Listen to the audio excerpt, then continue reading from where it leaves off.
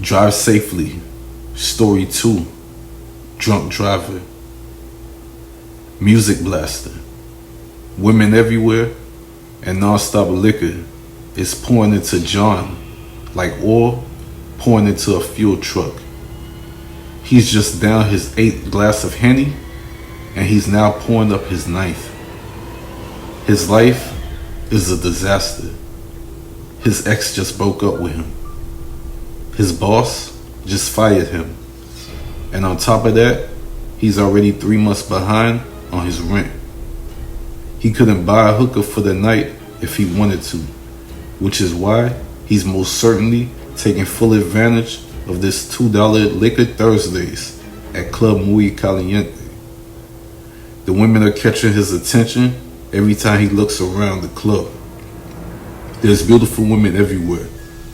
Bottles are popping all around him, and John isn't afraid to ask people for a drink, or 2, or 3. He's attempting to drown himself in his agony. He's hurting inside psychologically and emotionally. Every so often, he gazes at the bartender who reminds him of his ex because she looks similar to her. That's crushing him on the inside as he knows that she has already moved on to someone else. He signaled to the bartender to pour him yet another drink, but she refused. That caused him to become enraged. He stood up from the bar stool, nearly tripping over the bar stool. He can barely stand up straight. He's slurring his words as he attempts to curse her out, but even he realized he's not making much sense. He slammed his glass down onto the bar counter, cracking it, as he noticed a couple of bouncers making their way over to him. He basically waved the white flag at that very moment as he stopped them. This is a losing cause, and he knows it, which forced him to just make his way out of the club as the bouncers followed behind him. He finally exited the club and gradually made his way over to his car. His vision is dramatically impaired, so much so that he's seeing double. He had to feel around on his vehicle just to make sure that he was actually standing next to his car, because he is seeing double. He pulled his car keys out of his pocket and immediately dropped them on the floor. He had to duck down to grab them, and on the way back up, he smacked his face into his car door. He then entered into his car with part of his face throbbing in pain. He slammed his car door shut and took nearly an eternity to insert his car key into his car's ignition. After a few minutes, he did just that and started up his car. He took a look back while putting his car in drive. He ended up ramming his car into the car parked right in front of him.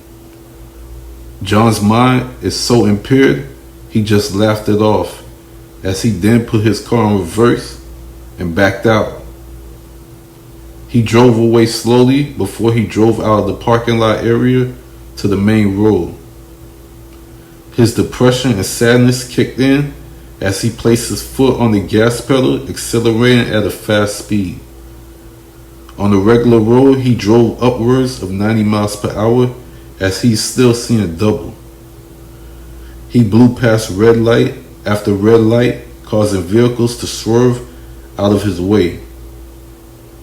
He's still just laughing everything off as he remembers that he has a bottle of liquor that he brought earlier that he had yet to drink, which caused him to take a look around for that bottle.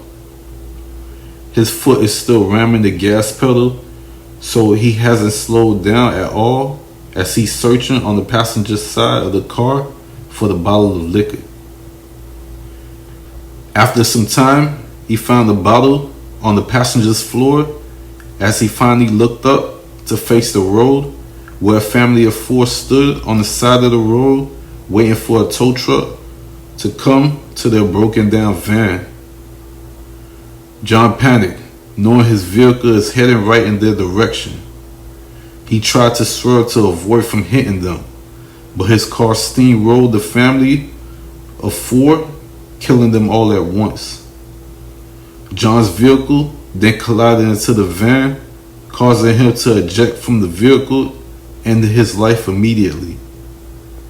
5 lives ended in a hurry because of one man's terrible poor decisions. Be careful, everyone. Pay full attention to your surroundings at all times, no matter what.